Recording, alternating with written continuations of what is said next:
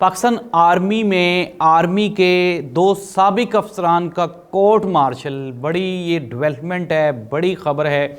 ये दो अफसरान कौन है और इनका कोर्ट मार्शल क्यों किया गया है, किस एक्ट के तहत ये कोर्ट मार्शल किया गया, इनको सज़ाएं कितनी कितनी होंगी और ये गिरफ़्तार करके कब पाकिस्तान लाए जाएंगे, ये है कौन और कहाँ हैं, ये सारी तफसीलात हम बताने जा रहे हैं आपको आज के प्रोग्राम में। नाज़रीन, आपको याद होगा कि इस प्लेटफॉर्म से हमने आदिल राजा नामी एक रिटायर्ड भगोड़ा, एक आर्मी का एक अफसर था जो कि मुल्क छोड़ के फ़रार हो गया था और वो लंदन में वहाँ पे छुपा हुआ है और गैर मुल्की एजेंसियों के हाथों वो यरगमाल है और पाकिस्तान आर्मी के ख़िलाफ़ एक वो जहर उगल रहा है।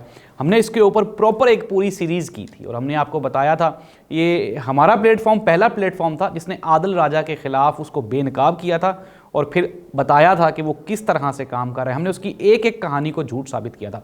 नाज़रीन, आज की ताज़ा तरीन ख़बर ये है कि ये आदिल राजा और हैदर मेहदी, इन दोनों के ख़िलाफ़ जो पाकिस्तान आर्मी एक्ट था 1952 और फिर सीक्रेट एक्ट 1923, उसके तहत इन दोनों के ख़िलाफ़ मुकदमा चलाया गया और आज इनका कोर्ट मार्शल हुआ है जिसमें आदिल राजा को 14 साल की कैद और हैदर मेहदी को वहाँ पे 12 साल की कैद इनको अनाउंस कर दी गई है, सज़ा सुना दी गई है। इनके जो रैंक थे वो आज के बाद वो ये अपने रैंक पे ये नहीं रहे। अब यानी कि जो मेजर आदिल राजा था, अब वो उसको मेजर कहा, लिखा, सुना या पढ़ा नहीं जा सकता, अब वो सिंपल आदिल राजा हो गया।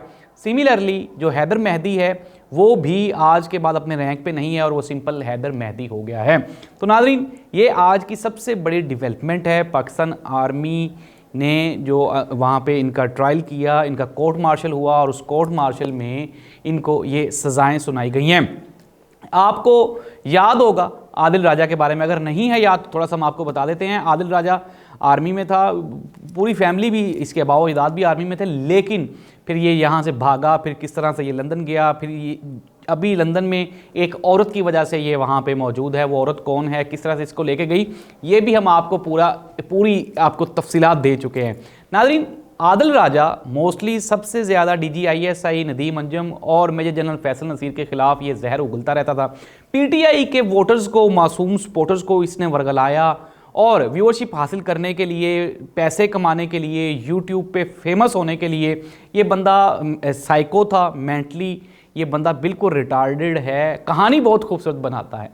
हमने इसकी कहानियाँ आपको एक एक प्रोग्राम में, अपने प्रोग्राम में इसकी डिटेल से कहानियाँ सुनाई। फिर हैदर मेहदी को भी इसने अपने साथ मिलाया और फिर उसके बाद इन्होंने इनके रॉ के कौन कौन से एजेंट्स के साथ इनकी मुलाकातें हुई, ये भी हमने आपको बताया था।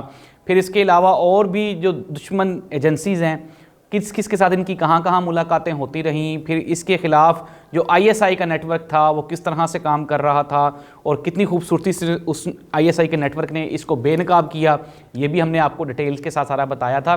तो लेटेस्ट खबर यही है कि अब आदिल राजा का नाम ECL में डाल दिया गया है और उसको सज़ा सुना दी गई है।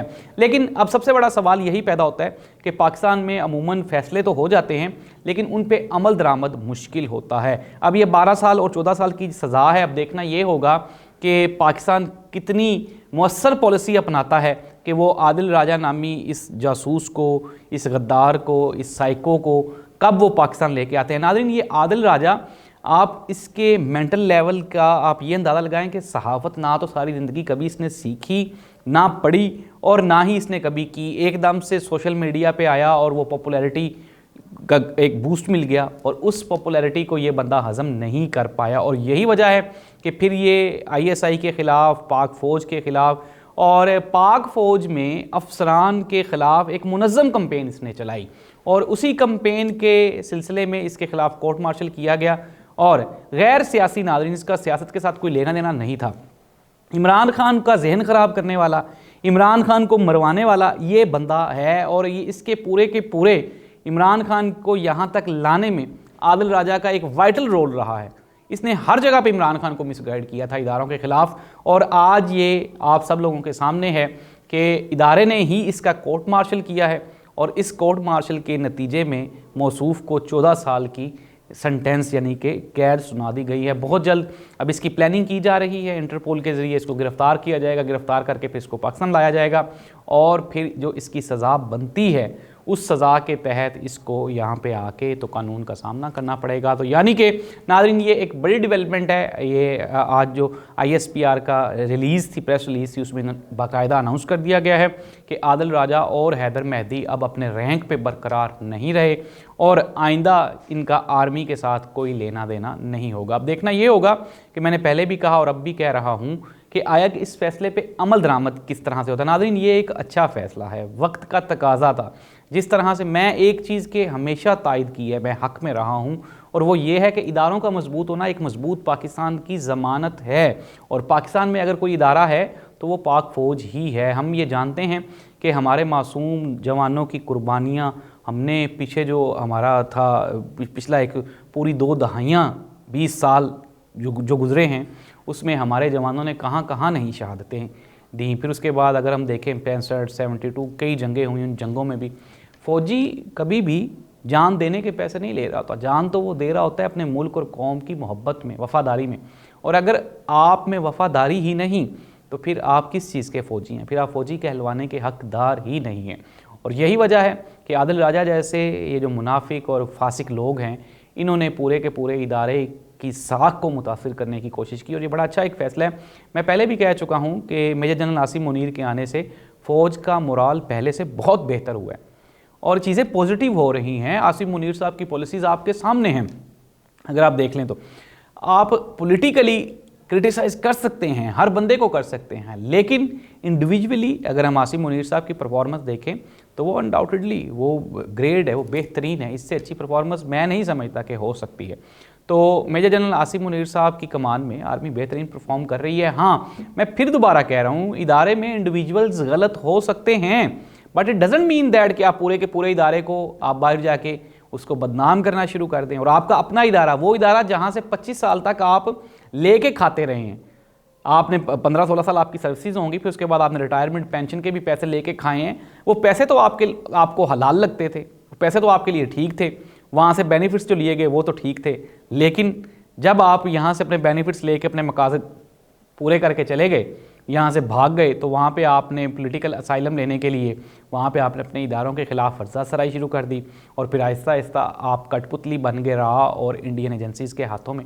और फिर नाज़रीन ये तो होना ही होता है, कहीं ना कहीं जाके कहीं ना कहीं कानून अपना असर दिखाता है। पाकिस्तान की फ़ौज, पाकिस्तान की एजेंसीज़ दुनिया की बेहतरीन एजेंसीज़ हैं और वो बेहतरीन सर्विसेज प्रोवाइड कर रही हैं। मैं फिर दोबारा कह रहा हूँ, पॉलिटिकली लाख इख्तलाफात हो सकते हैं, लेकिन इसके बावजूद प्रोफेशनली हमारी फ़ौज जैसा दुनिया में ना कोई था, ना है और ना हो सकता है।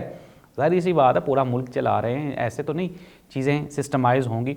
तो ये एक अच्छा फ़ैसला है। देखें, मैं फिर दोबारा कह रहा हूँ कि इस तरह के फ़ैसले का कानूनी फ़तह के लिए, कानूनी जीत के लिए नागुज़ीर होते हैं और मुल्क इदारों से मजबूत होते हैं, ना कि इंडिविजुअल से। इंडिविजुअल्स आते जाते रहते हैं, लेकिन इदारों का मजबूत होना ये इंतहाई अहम है, ज़रूरी है और होना भी चाहिए।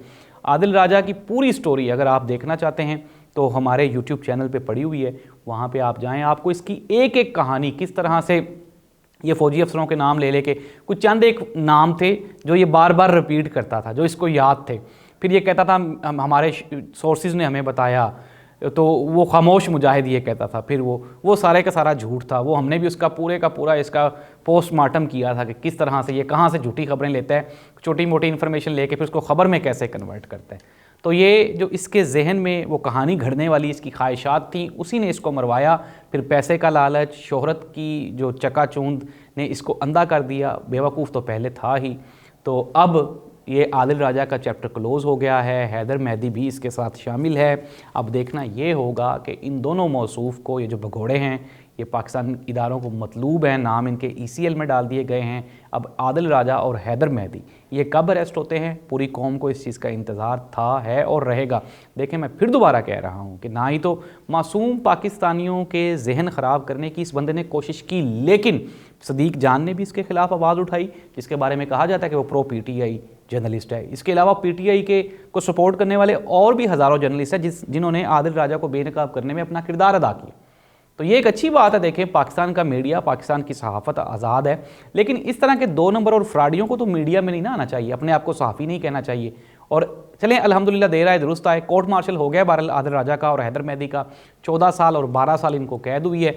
बहुत जल्द इंटरपोल के इनकी गिरफ्तारी होगी और ये पाकिस्तान आके अपनी सज़ाएँ भुगतेंगे। अल्लाह इस मुल्क का हामी नासिर हो। अल्लाह हाफ़िज़।